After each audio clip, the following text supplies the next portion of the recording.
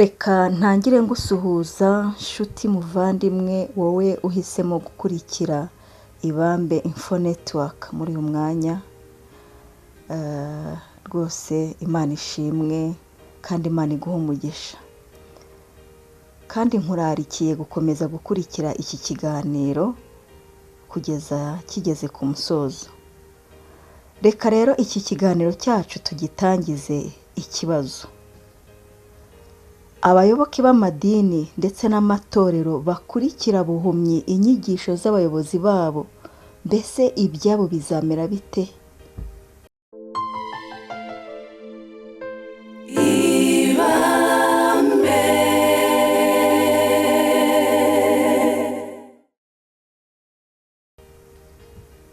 Dusoma mu ijambo ry'Imana mu rwambere rwa Petero igice cya 3 umurongo wa 15, amagambo avuga ngo: ahubwo mwubahe Kristo mu mitima yanyu ko ari we mwami, kandi mube mwiteguye iteka gusubiza umuntu wese ubabajije impamvu z'ibyiringiro mufite, ariko mufite ubugwaneza mwubaha.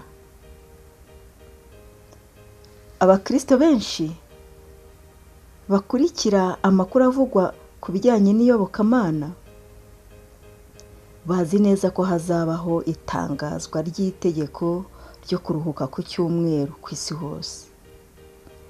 Ubu ibihugu bimwe na bimwe byamaze gusinyira iryo tegeko. Bibiliya abemera Kristo bayifata nk'ijambo ryahumetswe n'Imana, kandi dusoma mu gitabo cyo mu Isezerano rya Kera ari cyo Kuva igice cya 20, aho Imana yatanze amategeko yayo. Tubona kandi ko no mu Isezerano rishya Yesu yashimangiye amategeko y'Imana ati: nimunkunda muzitondera amategeko yanjye, nk'uko tubisoma mu butumwa bwiza bwanditswe na Yohana igice cya 14 umurongo wa 15. Ikibazo umuntu yakwibaza ni iki ngiki: ko mu mategeko Imana ubwayo nta hantu yabwiye abantu ngo ku cyumweru cyangwa se dimanche niwo munsi wanjye, mujye muruhuka imirimo yanyu yose mundamye. Gufata icyumweru nk'umunsi w'Imana, abantu benshi bakajya muri za kiliziya ndetse no mu nsengero, ibyo byaje bite? Nkurarikiye gukurikira iki kiganiro uramenya imvo n'imvano yabyo. Jyewe uri kumva nitwa Mary.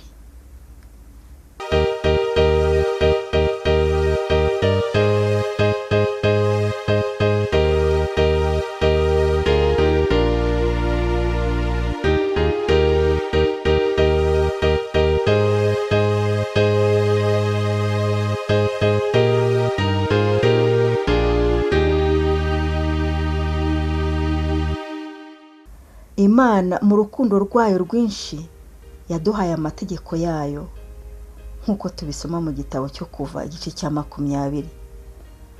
Ayo ni amategeko y'umwimerere. Nyamara hari abigisha amategeko yahindaguwe, amategeko yahinduwe n'abantu, bakirengagiza amategeko y'umwimerere Imana ubwayo yatanze, kandi bakirengagiza ijambo Yesu yivugiye ubwe ati: mwitekereza ko naje gukuraho amategeko cyangwa ibyahanuwe. Sinaje kubikuraho, ahubwo naje kubisohoza. Aya magambo tuyasoma mu butumwa bwiza bwa Yesu Kristo bwanditswe na Matayo igice cya 5 umurongo wa 11.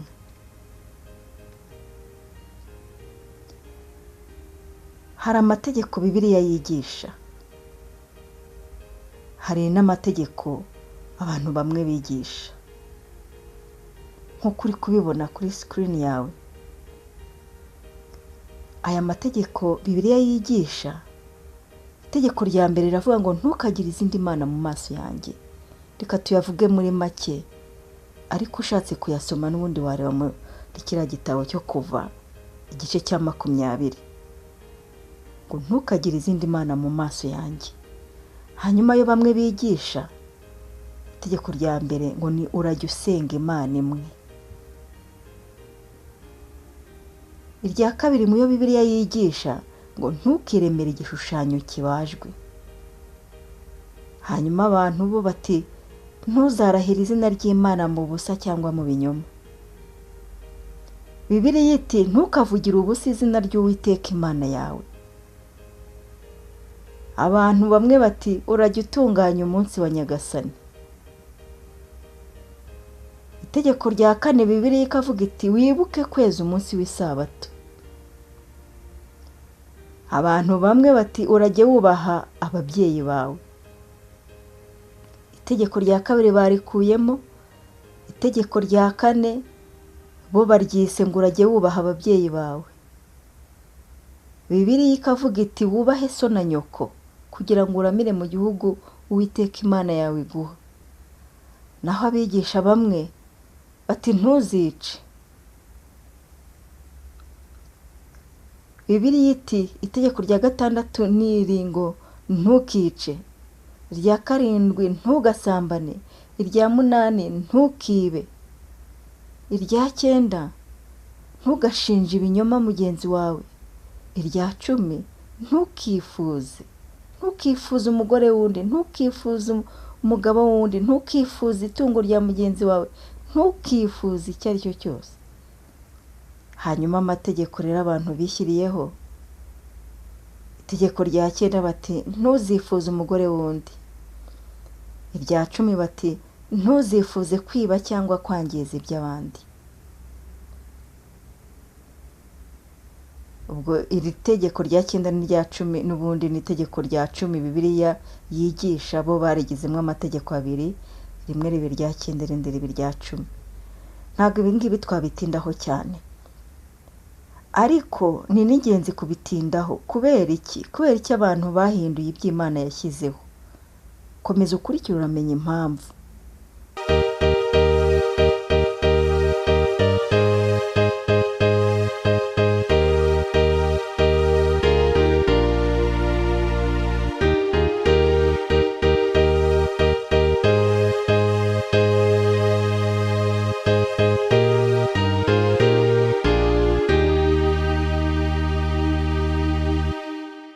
Mbese kwigisha amategeko yashyizweho n'abantu byaje bite?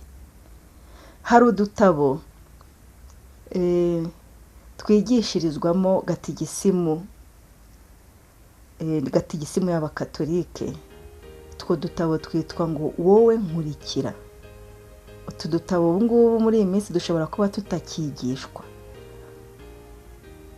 ariko ushobora no kudusanga kuri interineti, ushobora kudusacinga wowe nkurikira.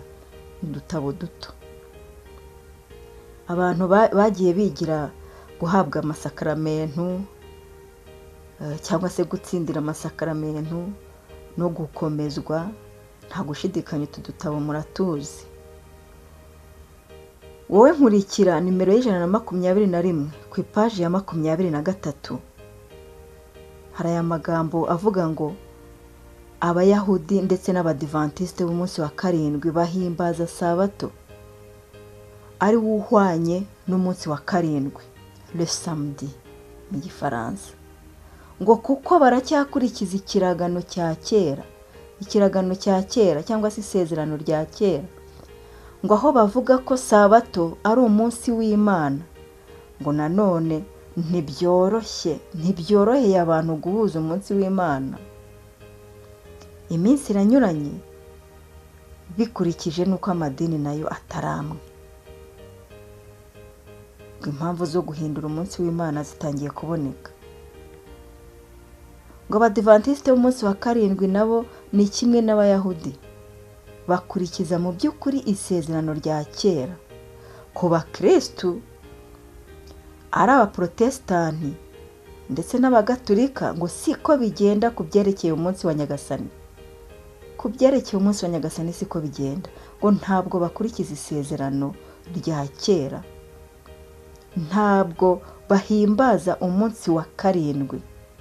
Ngo twe Abakristo duhimbaza umunsi wa Nyagasani Yezu Kristo ku munsi wa mbere w'icyumweru, tukawita ku cyumweru, mu gifaransa le dimanche, kuko ari wo munsi mukuru Yezu yazutseho. Wowe nkurikira, utu dutabo turazwi cyane cyane mu bakatolike.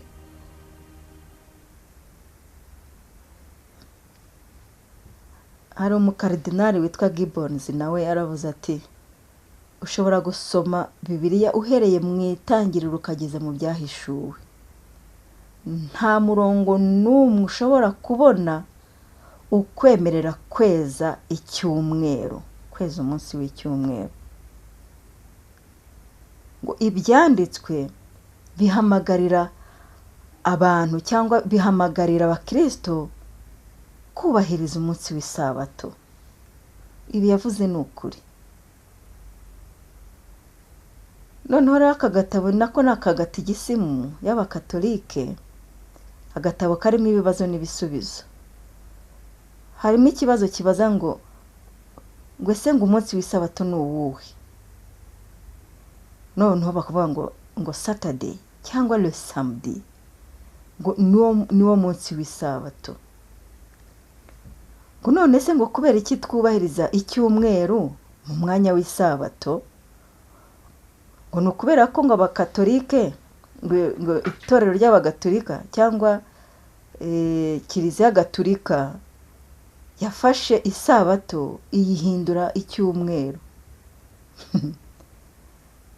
Ijambo ry'Imana reka tubwira muri Matayo igice cya 15 umurongo wa 9 ngo bansengera ubusa kuko inyigisho bigisha ari amategeko y'abantu.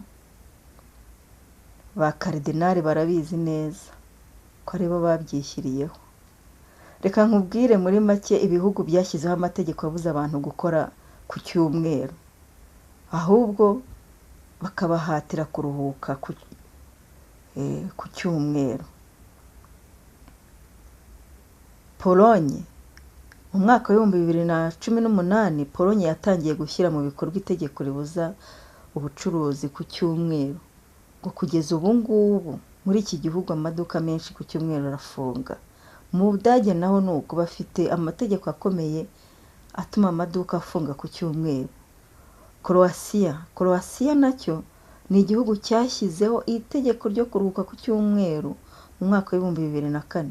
Ariko baza gushyirwa mu nkiko zibashinja kubuza ubucuruzi gukorwa ku cyumweru, kandi bikaba bibuza uburenganzira bw'abaturage bataruhuka ku cyumweru. Ngo iri tegeko rero ryahise rimera nk'aho riteshejwe agaciro na leta, ariko biracyavugwa. Tonga nacyo ni kimwe mu bihugu byashyizeho amategeko akomeye cyane hagamijwe kubaha no guha agaciro umunsi w'icyumweru. Norvege naho bashyizeho ayo mategeko ateganya ko amaduka manini agomba kuba yafunze ku cyumweru.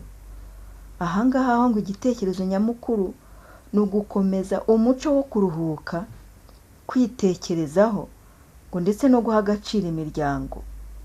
Australia nayo nuko, Autriche nuko, Ecosse nacyo ni igihugu cyo mu Bwongereza, naho hari amategeko abuza ibikorwa bimwe na bimwe gukora ku cyumweru.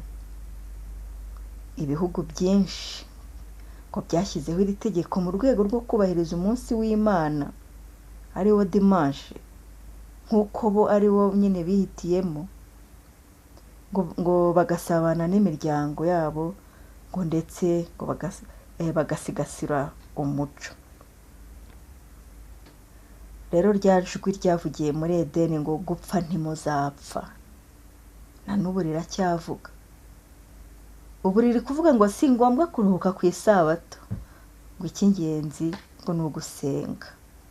Ngo nyamara Imana yari yaravuze iti umunsi mwakiriyeho, umunsi mwariye kuri iki giti no gupfa muzapfa.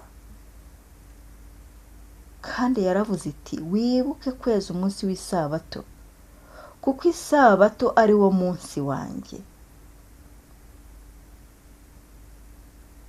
Reka dusoze iki kiganiro buri wese yibaza uruhande aherereyemo.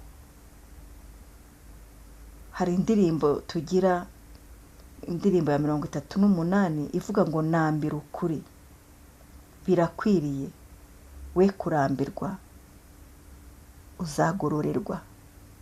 Rutare niwe uduha kuganziriza muri iyi si y'igomero. Rero nambira ukuri, ijambo ry'Imana ni ryo kuri, kandi ukuri niko kuzakubatura. Imana ikugirire neza. Wakoze cyane gukurikira iki kiganiro. Niba wumva hari icyo bigufashije, ushobora kugisangiza n'abandi. Twese Imana ikomeze kuduhana umugisha. Murakoze.